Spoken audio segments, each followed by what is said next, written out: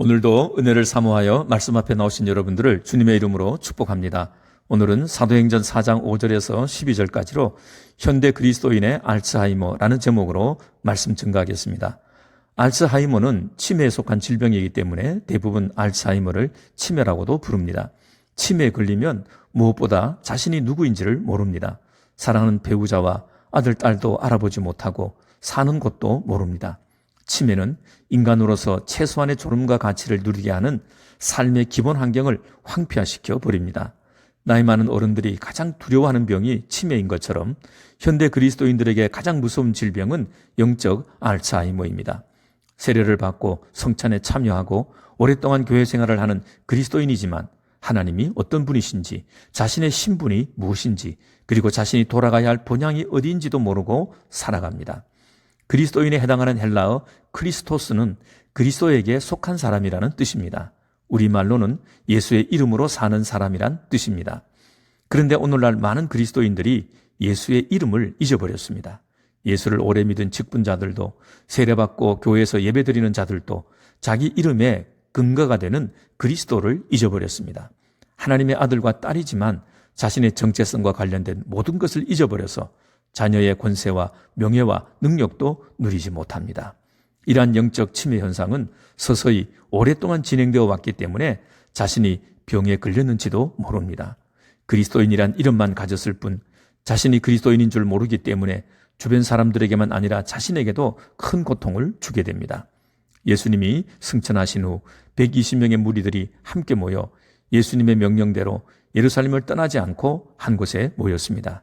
그들은 앞으로 예수님 없는 세상을 어떻게 살아야 할지 두려움과 막막한 가운데 있었습니다.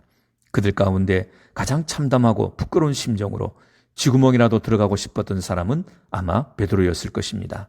예수님의 수제자였지만 고난받는 예수님 앞에서 3번씩이나 모른다고 부인하고 저주하며 맹세했습니다.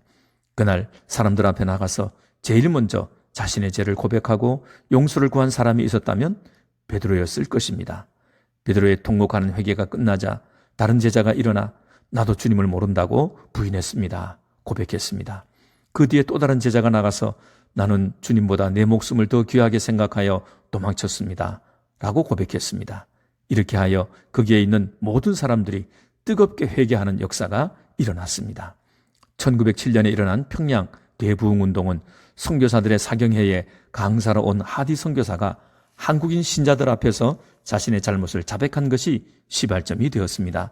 1907년 1월 평양 장대현 교회에서 시작된 보름 동안의 사경회가 마치기 하루 전인 14일 저녁 길선주 장로는 600여 명의 신자들 앞에서 친구가 임종시 맡긴 거액을 횡령한 죄를 고백하며 눈물로 회개하였습니다. 그러자 참석한 사람들은 저마다 울며 바닥을 두드리면서 새벽 2시가 넘도록 자신의 추악한 죄들을 회개했습니다. 이 회개운동이 전국으로 퍼져나가 조선 기독교의 엄청난 부흥의 역사가 일어나는 기폭제가 되었습니다.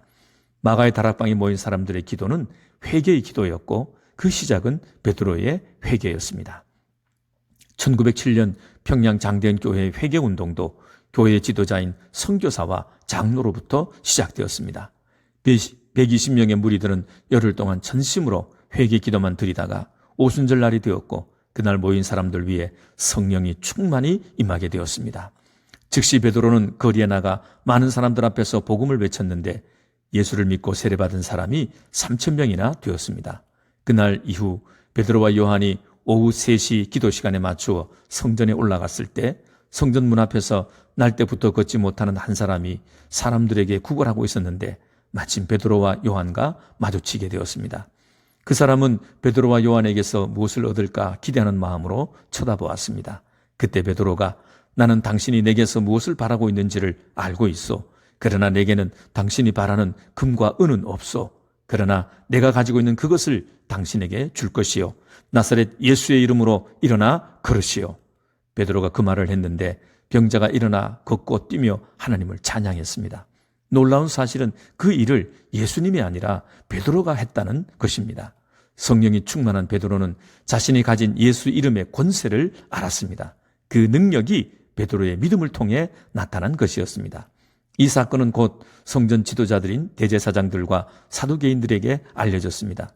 예수를 십자가에 죽임으로 모든 것이 끝났다고 생각했는데 제자들이 예수가 하던 일을 그대로 행하면서 예수는 죽었다가 부활했으며 그를 믿는 자들도 예수와 똑같이 부활하게 된다고 가르치는데 그날도 5천 명이나 믿게 되었다는 소식을 듣자 그들은 자기들에게 위험 인물인 베드로와 요한을 잡아 옥에 가두었습니다. 그리고 너희가 무슨 권세와 누구의 이름으로 이런 일을 행하느냐고 따져 물었습니다. 베드로는 담대하게 당신들이 십자가에 못 박고 하나님이 죽은 자 가운데서 살리신 나사렛 예수 그리스도의 이름이 이 사람을 일으켰다고 대답했습니다. 그들은 베드로를 아무 배경도 없는 갈릴리 촌동네 어부 출신으로만 알고 적당히 겁을 주면 자기들의 말에 따를 줄 알았다가 당당하게 말하는 것을 보고 너무나 놀랐습니다. 할 수 없이 다시는 예수 이름으로 말하지 말고 가르치지도 말라고 협박만 하고 풀어주었습니다.